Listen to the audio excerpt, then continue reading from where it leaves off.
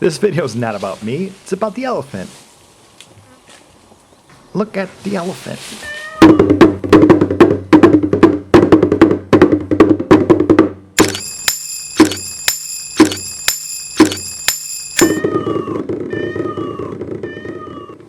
I arrived early under moonlight for my last morning drive in the park. As I waited, I wondered what I would see on my last day here. We drove along searching for any signs of tigers.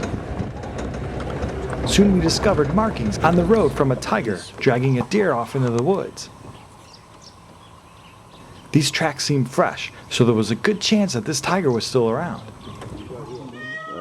We picked up some workers, and not too far away from there, we stopped in an area of the park where unfortunately 2 people were killed from a tiger attack not too long ago. They were killed as they were picking up plants. I shot some footage earlier of a villager picking plants, and you could see why they could easily be vulnerable for a tiger attack. With humans leaned over, they appear more like an easy prey item for the cats. And with their head down and being distracted from their work, it makes it all too easy for the tiger to be able to sneak up and launch an attack from behind. And it's just not local villagers who get killed from these tigers. As we drove on, the employees told me how they had lost a friend just the year before.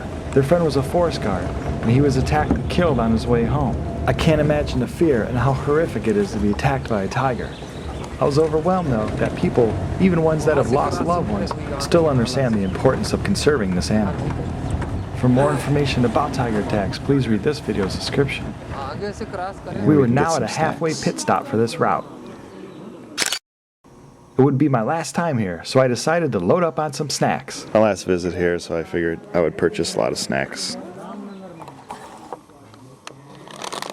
This is where I get sick. And all that previous motion on the Jeep also stirs up the bladder, if you know what I mean.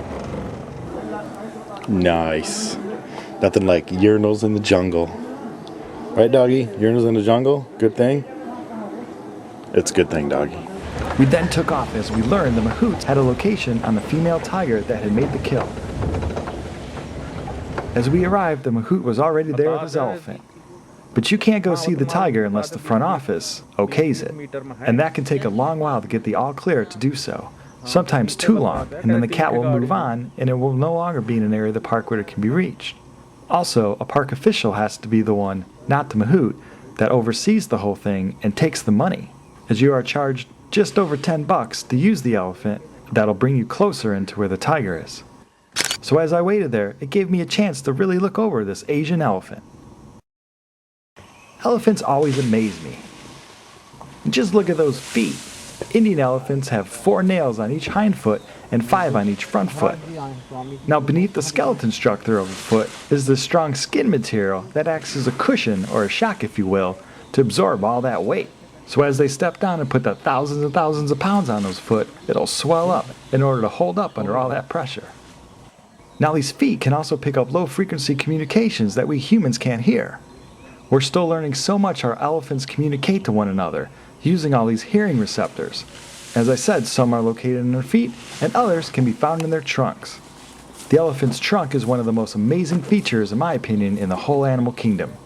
It's strong enough to snap a tree in half, but yet they can gently use it to pick up a single blade of grass. But it takes a lot more than a blade of grass to make this elephant full, as they can eat hundreds and hundreds of pounds of plants a day. This elephant was using his trunk to throw dirt on himself, and that acts as sort of a sunscreen. And of course, looking past that large trunk, you have to appreciate its tusks. The female Asian elephants do have tusks, but they're only a few inches long, so they're pretty hard to see. So it's clear that this one is a male. It is a shame that something so simple as an elephant tusk, because of their beauty and ease to be carved and manipulated by craftsmen, they're a huge reason in their declining populations.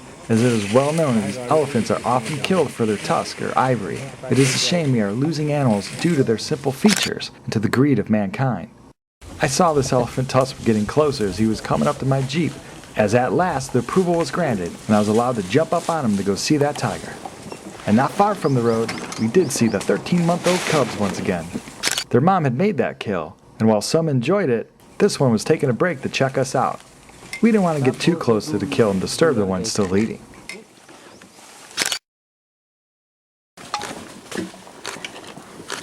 looking over my shoulder at this cub. I wondered where Mom was. Then out of nowhere, there she was right in front of me. Only about 10 feet in front of me.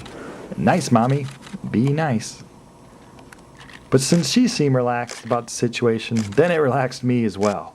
Well, as relaxed as you can be, one leap away from a wild tiger. I got a few pictures.